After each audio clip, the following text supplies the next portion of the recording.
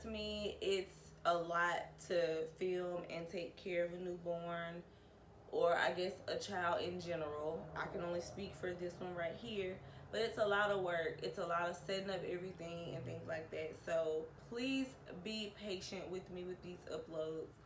Hi loves, welcome back. Tierra Shontia, and I'm here with my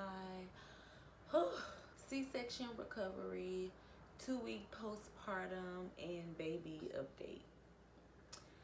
So I'm gonna just recap weeks 1 through 2 for you loves. If you see a stain on my dress, it's baby spit up, which is something new that just started happening with her.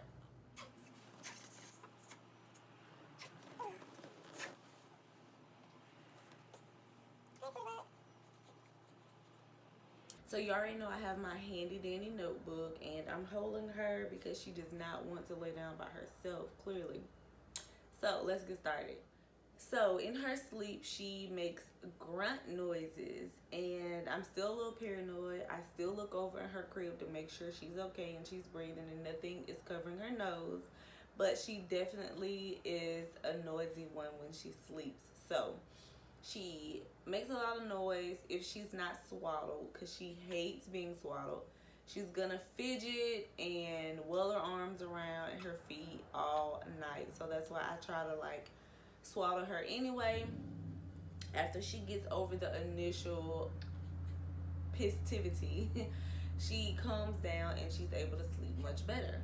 When she was born, she was 7 pounds 10 ounces, and the last time she was weighed at the doctor's office, she was 8 pounds 3 ounces. So she lost a lot of weight, the 10% that babies typically lose after she left the hospital, but she gained, you know, her birth weight and a little bit more also. She has finally started to fuss, whine, cry when she is hungry and when she is wet or needs a diaper change. The first week, all she did was sleep. She didn't make any noises. You pretty much had to feed her like a set schedule and change her also. But I'm really glad now she's noticing that, hey, I'm wet, I need changing. Hey, I have a poopy diaper. Hey, I'm hungry. Also, when she's hungry, she will put her fist in her mouth and she will chomp on that until you can give her her bottle. I do pump breast milk, and I also give her formula, so I alternate because she did lose so much weight and she wasn't picking up weight fast enough for me. My milk supply had started slowing up because I was so stressed out about her weight. So I needed to make sure that she was fine when we went back to her next checkup. So I just called the pediatrician. They gave me sample formula and I started giving her that. Hey, baby. So the lactation nurse calls every Saturday still just to check on us. She is aware that I am doing formula as well as pumping. So everything is going well. Her weight is also. So I have tons of breast milk stored. I store about 6 ounces and I have 9 bags, 9 or 10 bags. So I'm doing okay in the the stored milk compartment. What's the matter, baby? What's the matter, boo? Huh? What's wrong with the baby? What's wrong with the baby? The baby sleepy? The baby fighting sleep? Is you fighting sleep, boo? Don't fight your sleep, baby. Don't fight your sleep, baby. She's holding her own pacifier. Like, she's holding it right now, if you can't see. It takes a while for her to burp.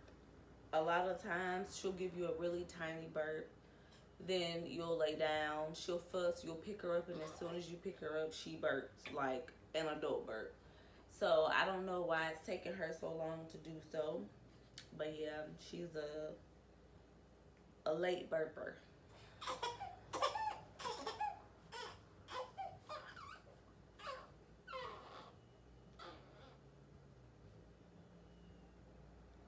So I purchased this rocker chair from Walmart, and the first week of life, she loved it. She would sleep in it throughout the daytime, not at night, just during the day.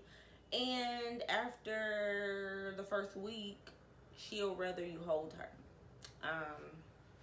I'm not gonna point any fingers as to why she likes to be held so much, but just know she likes to be held. So that's a challenge, trying to get things done and holding her, especially when she falls asleep. You lay her down, she's gonna wake up because she wants to feel your heartbeat and your body temperature. So I have a spoiled one over here. She has been having a lot of gas lately, so I purchased the Gripe Water for her, and she started taking it a couple of days before she turned 2 weeks, because the bottle does say 2 weeks, but I talked to the nurse about it, and you could hear her stomach rumbling and boiling, and she just so fussy because of that. And I know it's because probably because of the dairy that I eat. Lord, struggle.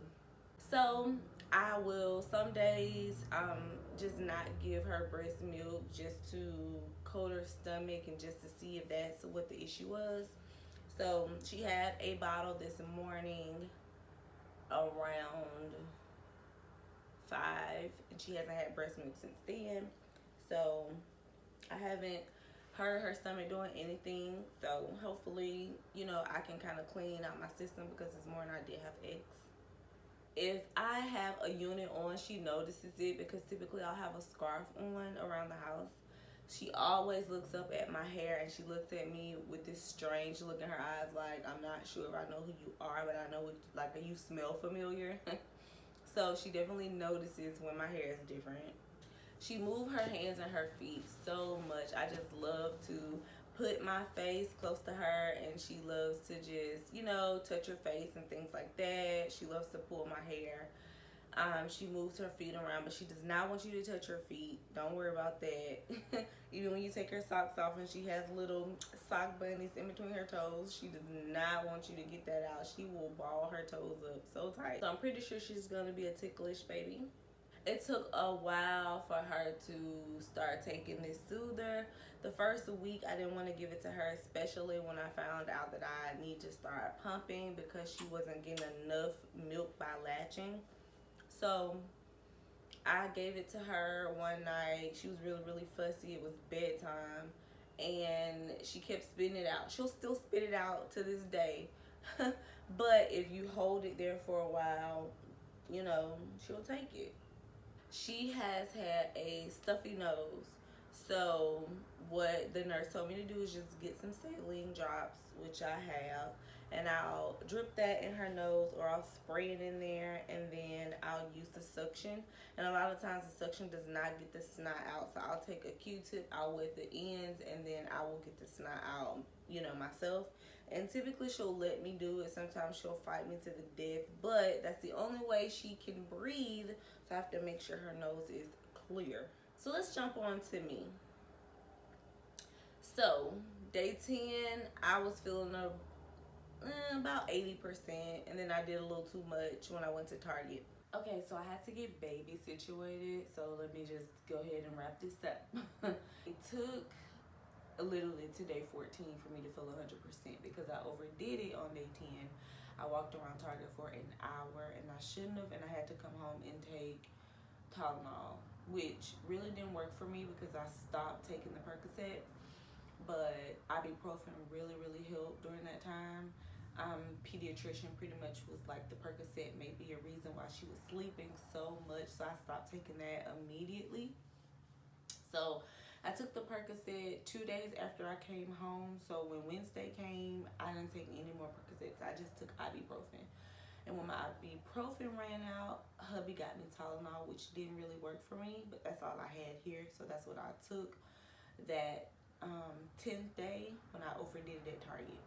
But yeah, day 14, I was 100% better. I could get up and down off the floor, the couch, the bed with no problems. Still putting alcohol on my incision.